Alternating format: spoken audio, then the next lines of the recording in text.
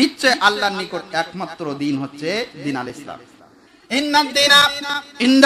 ইসলাম, নিশ্চয় ইসলাম আল্লাহর নিকট একমাত্র জীবন ব্যবস্থা হচ্ছে দিন হচ্ছে ইসলাম। অথচ তাদেরকে কিতাব দেওয়া হয়েছিল ইতিপূর্বে, আল্লাহ সুবহানাহু ওয়া তাআলা তাদেরকে কিতাব দিয়েছিলেন, তাদের নিকট আল্লাহ সুবহানাহু ওয়া তাআলা জ্ঞান দান করেছিলেন, কিন্তু তারা কি করেছিল? কিতাব দান করলেন, বাইয়ানা মা জাআহুমুল ইলমা, এবং ইলম দান করা হয়েছিল, কিন্তু তারা তাতে মতানৈক্য সৃষ্টি করেছিল এবং পরস্পর বিদ্বেষ সৃষ্টি করেছিল। আজকে আছে আমাদের সমাজে আহলে হাদিস, হানাফি, শাফি, মালিকি ইত্যাদি ইত্যাদি দলে বিভক্ত হয়ে আজকে আমরা ইসলামটাকে খান খান করছি। অথচ আল্লাহ সুবহানাহু ওয়া তাআলা কি বললেন? জানান দিলেন যে তোমরা কি করো, আমি আল্লাহ সুবহানাহু ওয়া তাআলা তোমাদেরকে কিতাব দান করেছি, আর তোমরা কি করো? এই কিতাবের অনুসরণ করো, সেই অনুযায়ী চলো। আর এই কিতাব অনুসরণ করতে গিয়ে আমরা আল্লাহর আনুগত্য করব, রাসূলের আনুগত্য করব, আর আমাদের মধ্যে যারা দায়িত্বশীল থাকবে তাদের আনুগত্য করব। আমরা মতানৈক্য সৃষ্টি করব না। আমরা এক প্ল্যাটফর্মে এসে কোরআন সুন্নাহর আইন বাস্তবায়ন করার জন্য ব্যতিব্যস্ত হব। এটাই হচ্ছে মুসলিম মিল্লাতের ঐক্যবদ্ধতা।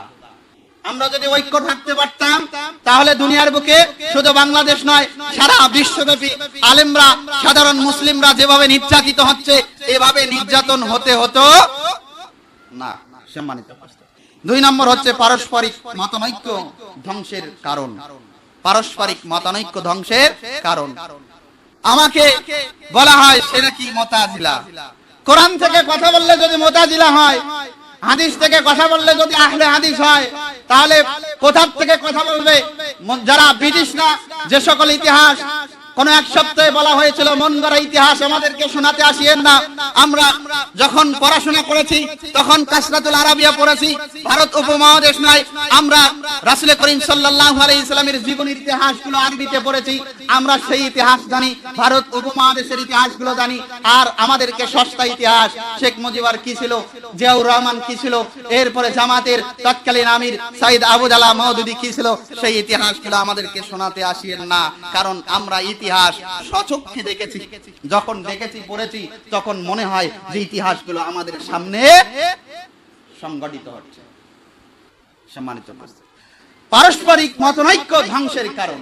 আমরা গালি দেই, তুই আহলে হাদিস, তুই হানাফি, তুই শাফি, তুই মালিকি ইত্যাদি ইত্যাদি করে গালি দেওয়ার কারণে আল্লাহ সুবহানাহু ওয়া তাআলা বললেন সূরা আনফাল আয়াতে কারিমা 46, আল্লাহ সুবহানাহু ওয়া তাআলা বলেন আতিউল্লাহ ওয়া রাসূলা ওয়ালা তানাযাতু ফাতাফসালু, যে তোমরা কি করো?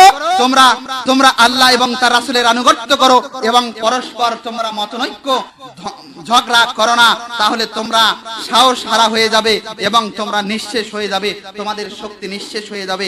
আল্লাহ সুবহানাহু ওয়া তাআলা এরপরে বলেন ওয়াসবিরু ইন্নাল্লাহা মা'আস সাবিরিন, তোমরা ধৈর্য ধারণ করো, নিশ্চয় আল্লাহ ধৈর্যশীলকারীদের সঙ্গে রয়েছেন।